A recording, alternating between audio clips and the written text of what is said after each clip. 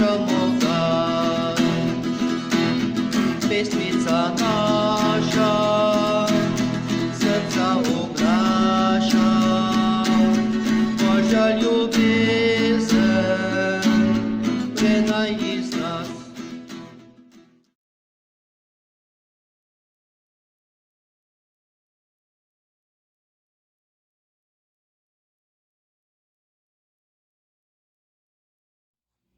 V imenu Očeta in Sina in Svetega Duha.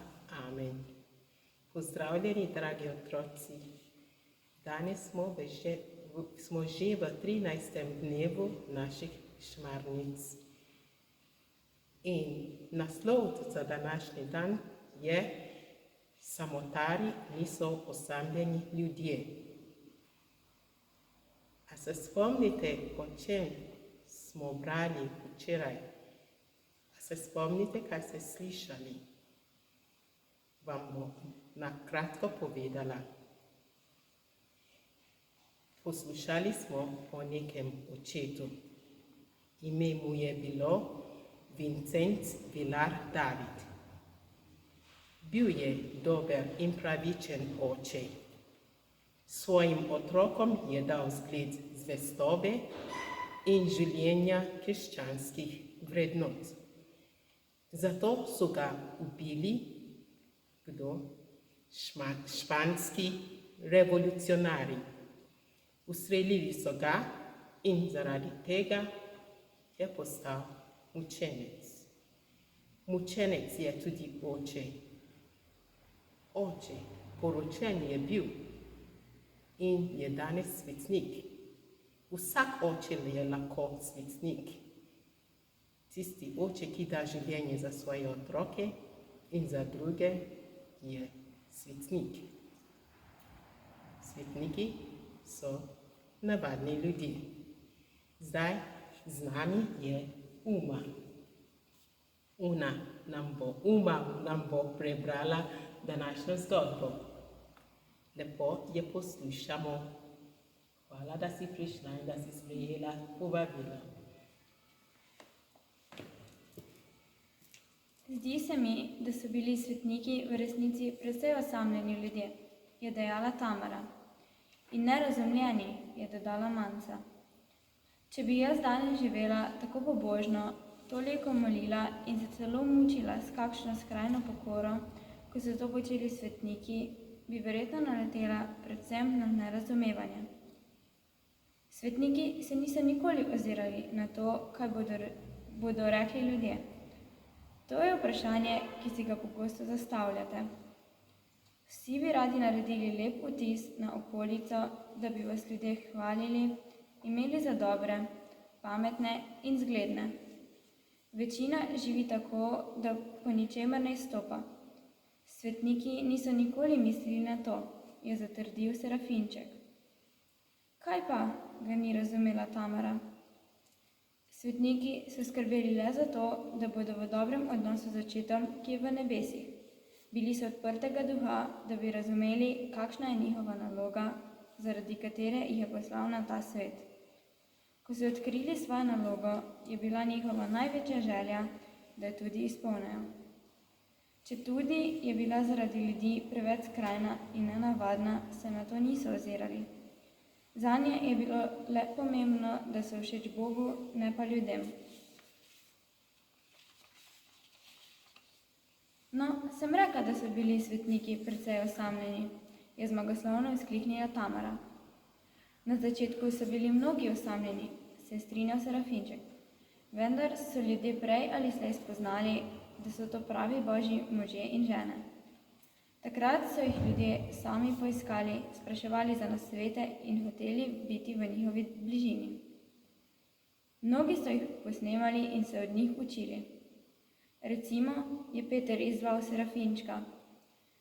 Prvi mi pade na misel Nikolaj iz Flue. Živel je v Švici pred dobrimi 500 leti. Najprej je bil vojak, zatem se je poročil in imel 10 otrok. Za starši je podedoval kmetijo in se preživljal kot kmet. Ljudje so ga zelo cenili, ker je bil miren in preudaren človek, dober oče in zvest mož. No, ta pa ni bil samotar, je ugovarjal Peter. Počakaj, da pove do konca, ga je mirila Manca. Nikolaj je vse življenje čutil, da ga Bog kliče v samoto. Ko so najstarejši sinovi odrasli, se je ženo dogovoril, vse zapustil in odšel v samoto.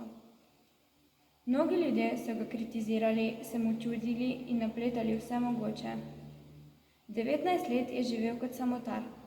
Pri tem je najbolj nenavadno to, da je živel le od svetega obhajila. Nobene druge hrane ni zaužil, se je čudila Tamara.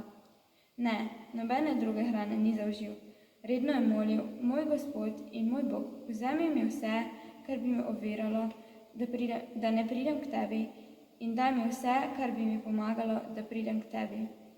Vzemi mene meni in daj mene tebi. Kako lepa molitev, je pripomnila Manca. Na začetku je res živel v samoti. Ljudje so dvomili o njegovi odločitvi in mnogi so ga tudi obsojali, ker je zapustil družino in kmetijo svojih staršev. Kmalu so ga začeli obiskovati, spraševati za nasvete in pomoč pri odločitvah. Pa je bila žena jezna nanj, je zanimalo Manco. Ne, žena ga je pogosto obiskala in z njo je ostal v prijateljskem odnosu, je zaključil Serafinček.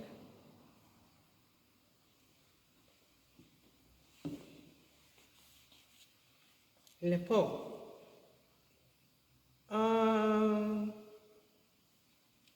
Kako je pa živel tisti gospod? O kom si brala? Brala sem o... Kako je živel? Osamljeno življenje. Osamljeno. In iz česa je živel? Sam jedel sam ta... Obhajilo.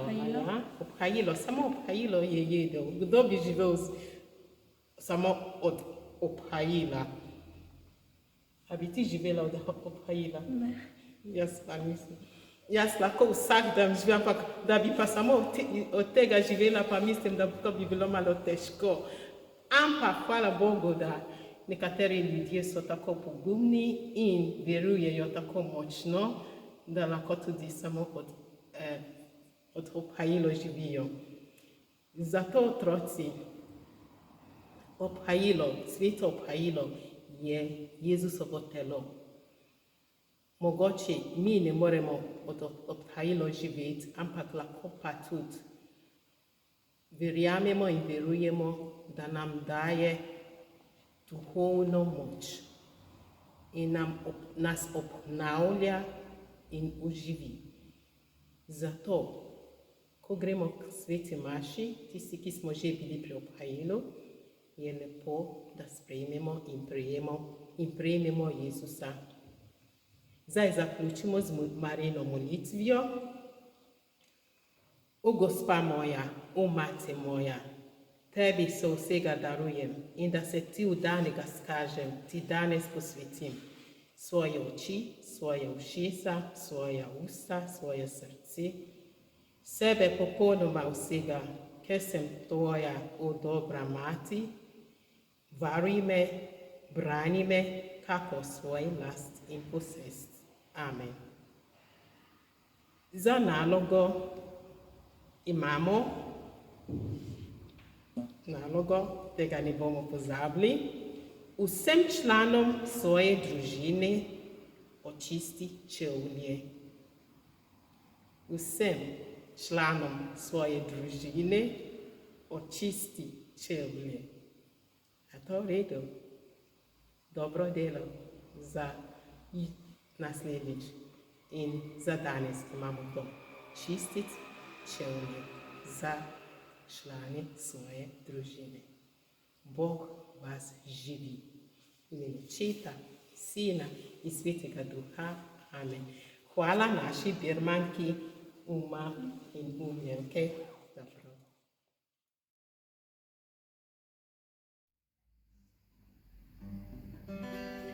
Pesem vesela naj Gospoda slavi. Aleluja, aleluja. Nami zapojte pesem radostno si.